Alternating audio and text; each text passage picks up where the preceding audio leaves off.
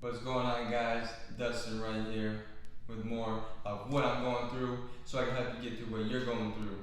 Today, well, make sure you like, subscribe, and hit that button so you can see when I drop another video. Today, I want to talk about why real estate agents fail, okay, and the troubles I went through. The first reason most real estate agents fail is the time it takes to be educated in the market. Okay, I think we all are under the impression, getting into the business and not knowing a lot about it, that we just get our license and somehow we just start selling houses. Well, that's not really the case at all. Because once you're licensed, you're now eligible to sell a house, but there's nobody standing in line waiting to buy a house from you or sell a house with you. And not only that, a huge factor is, just like a doctor. When you go use a doctor, you want a trained, experienced doctor who's done it thousands and thousands of times.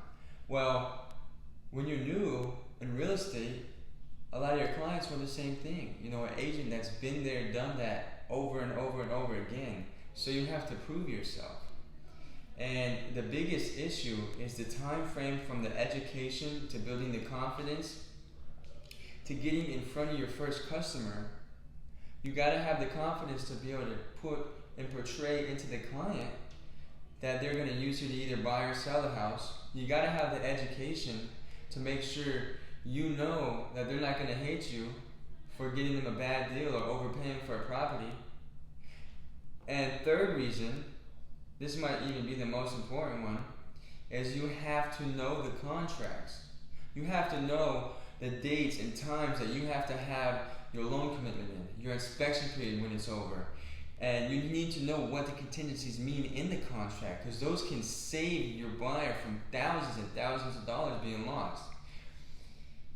I think we are caught up in the HGTV and all the Property Brothers and stuff like that.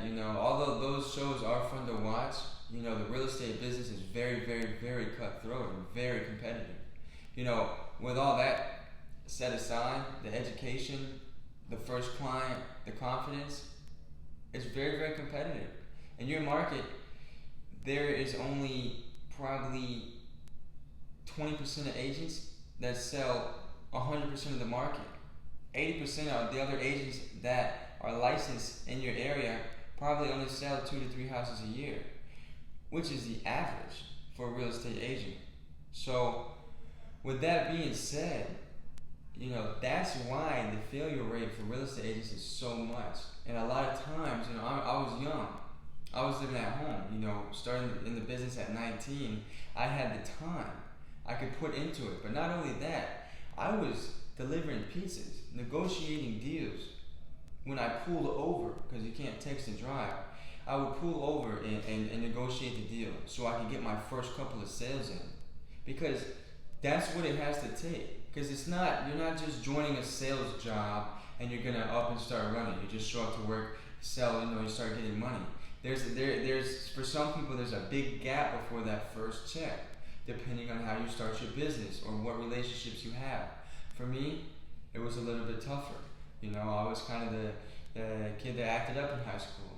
Didn't really do all that well with grades, and there's not a whole lot of confidence that was in my sphere of influence to encourage me to be the real estate agent to either buy or sell a house. So I had a lot to prove.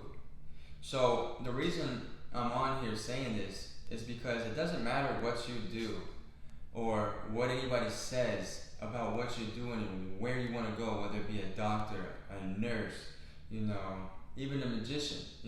If that's something you're very passionate about, you need to go forward and push as hard as you can no matter the obstacles. Okay, this was very hard for me. Real estate, this business has changed my outlook on life as well as made me grow up super fast. Because, listen, there's no ifs, ands, or buts. There's people in this industry, in this town, making over $1 million a year. And they're walking out of listing appointments as I'm walking in. I kind of love that because I love the challenge.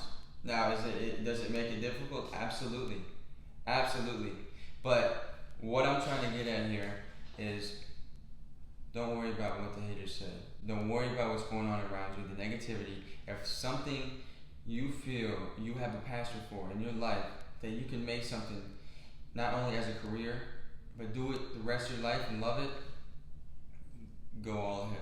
It doesn't matter what you want to do, okay? Put your mind, focus exactly on where you're going, whether it be a sport, education, a college degree. Guys, bust your butt. You know why? Because we're going to be 100%.